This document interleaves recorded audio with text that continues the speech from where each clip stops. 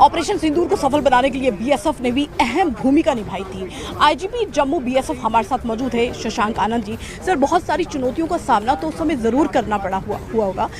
22 तारीख से ही हमें जो इनपुट मिल रहा था, जब पहलगाम हमले को अंजाम दिया गया था, पाकिस्तान ने सबसे पहले अपनी पोस्ट से झंडों को उतारा था। जी, 22 तारीख अप्रैल को जब पहलगाम में वो मैसेकर हुआ, उसके बाद से हमने सीमा पे निगरानी और ज़्यादा बढ़ा दी थी और कई प्रकार की गतिविधियां देखी गई। लेकिन मुख्य तौर पे जो देखा गया कि पाकिस्तानी रेंजर्स अपने फॉरवर्ड पॉइंट्स को छोड़ के सीमा से वो दूर अपनी चौकियों में चले गए थे। लेकिन बीएसएफ के सभी जवान सीमा के बिल्कुल नज़दीक फॉरवर्ड पोस्ट में मुस्तैद रहे। हमारी महिला शक्ति ने भी इस ऑपरेशन में बढ़ चढ़ के हिस्सा लिया और पाकिस्तान को एक कड़ा संदेश बीएसएफ के द्वारा जम्मू इलाके में दिया गया है कि क्रॉस बॉर्डर फायरिंग में वो कभी भी हमें मात नहीं दे सकते हैं।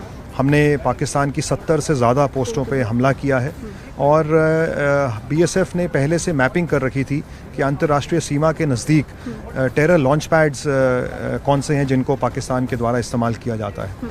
और इस अवसर में हमने पाकिस्तान में स्थित उनके सियालकोट ज़िले में 3 terror launch pads Looni, Mastpur और चकबूरा पे हमने हमला किया है और इन लॉन्च पैड्स को ध्वस्त करने में कामयाबी हासिल करी है। तो सुंदरबनी इलाके में भी एक आईएसआई कॉम्प्लेक्स को भी ध्वस्त करने में आपको कामयाबी मिली है। क्या वहाँ पे और भी कुछ लॉन्च पैड थे जिनको ध्वस्त किया बीएसएफ ने? देखिए, बीएसएफ और भारतीय सेना कश्मीर और जम्मू के इलाके में लाइन ऑफ कंट्रोल पे तैनात हैं और पाकिस्तान की किसी भी हिमाकत का हमने मुंह तोड़ जवाब दिया है। ऑपरेशन सिंदूर के समय बीएसएफ ने कैसे मोर्चा संभाला, कैसे तबाह किए गए आतंकी ठिकाने, बीएसएफ के डीआईजी से आप सुनिए। ऑपरेशन सिंदूर के तहत जब BSF back to back Pakistan के अड्डों को ध्वस्त कर रहा था, तो उनमें कुछ ऐसे अड्डे भी थे जो सालों पुराने, जो अड्डे पहले से ही बीएसएफ की नजर पर थे। सर, आपकी रडार पर तो पाकिस्तान के कुछ ऐसे अड्डे थे जिनको ध्वस्त करने का मौका ऑपरेशन सिंदूर के तहत मिला, जिसमें सबसे बड़ा अड्डा आईएसआई कॉम्प्लेक्स। जी, हम लोग इसमें किस्मत वाले कि ये मौका हमें मिला। काफ़ी पुराना था आईएसआई कॉम्प्लेक्स और लूनी, दोनों ही काफ़ी समय से हमारी नज़र में किरकिरी बने हुए थे और हमें मौका मिलते कहते हमने निकाल दिया 9 तारीख को। सर, ये 9 तारीख की सुबह का हुआ? आईएसआई 9 की सुबह का था और लूनी 9 की रात का। और आपके सुंदरबनी सेक्टर में तो वैसे भी बहुत ज़्यादा पोस्ट हैं। जैसे हम बटल एरिया को क्रॉस करते हैं तब भी पाकिस्तान की कई सारी पोस्ट दिखी जाती हैं। तो टोटल आपने कितने अड्डों को ध्वस्त किया?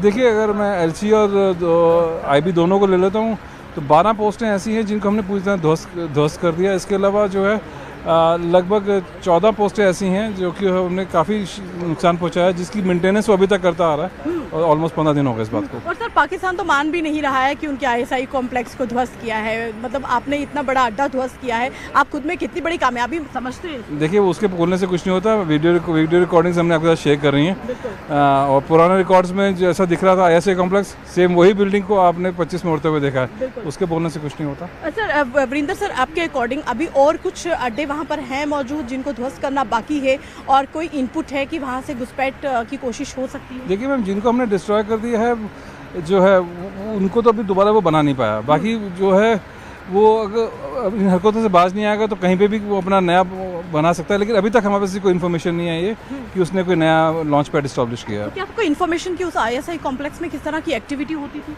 मैम, बेसिकली काफ़ी समय से पुराना ये कॉम्प्लेक्स था और माना जाता था कि ये पाकिस्तान पोस्ट जो है इसकी डिस्गाइज में आईएसआई जो है इसको ऑपरेट करता है और यहाँ पे जो है अपने अलग अलग तंजीमों के टेररिस्ट को भेजता है, जिसको बेसिकली ट्रांजिट करना इस्तेमाल करता था और आगे फॉरवर्ड मुजफ्फराबाद की तरफ लॉन्च करने का इस्तेमाल करता था। ऑपरेशन सिंदूर के दौरान तो सर ये बहुत बड़ी कामयाबी है। जी बिल्कुल सर, सर्टेनली उसको ना सिर्फ ये टूटे बनस्पत की, वो इनको अगर इस्तेमाल करना चाहता था कि भारत के अंदर घुसपैठ करा के पीछे हिंटरलैंड में हमारी ही आर्मी या बीएसएफ की लोकेशंस को नुकसान पहुंचा पाता, हमने उसको भी प्रयास को विफल किया। बहुत बहुत शुक्रिया sir. DIG Sundarbani sector Virendra Datta हमारे साथ मौजूद थे। उन्होंने कहा कि बहुत समय पहले से जो अड्डे पाकिस्तान के आईएसआई कॉम्प्लेक्स जो किरकिरी बने हुए थे, जो हमारी रडार पर थे, वो ऑपरेशन सिंदूर में ध्वस्त करके अपने आप में ये बहुत बड़ी कामयाबी मानते हैं। वीडियो जर्नलिस्ट युगल के साथ कॉमन Singh, news 18 India, Jammu. Operation Sindoor के समय बहादुर महिला ने किस तरीके से, आपको बताएं कि महिला जवानों ने अपना पूरा भरपूर दम दिखाया। बीएसएफ की ओर से प्रेस कॉन्फ्रेंस में यह कहा गया, सहायक कमांडेंट नेहा भंडारी ने एक अग्रिम पोस्ट की कमान संभाली। Constable Manjeet Kaur, constable Malkeet Kaur, constable Jyoti, constable Sampa और अन्य के इस ऑपरेशन के समय पाकिस्तान के खिलाफ अग्रिम पोस्ट पर लड़ाई लड़ी है। ऐसी ही कुछ बहादुर बीएसएफ की महिला कर्मियों से एक्सक्लूसिव बातचीत आपको सुनवाते हैं।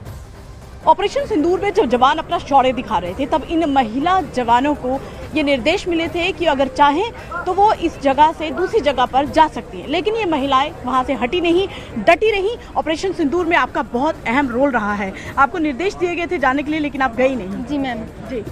तो हमें बोला गया था कि अगर तुम लोग चाहते हो तुम हेडक्वार्टर में रह सकते हो, पर हम लोग ने नहीं वो कि हमें इधर ही रहना है, जो क्योंकि सारे लोग उधर ही थे तो हम कैसे उनको छोड़ के जा सकते हैं। अब जो होगा देखा जाएगा। तो किस तरह की एक्टिविटी उस दौरान हुई जब ऑपरेशन दौरान के भारी भरकम हथियारों के साथ आप वहाँ पर मौजूद थे, तो किस तरीके से अंजाम दिए?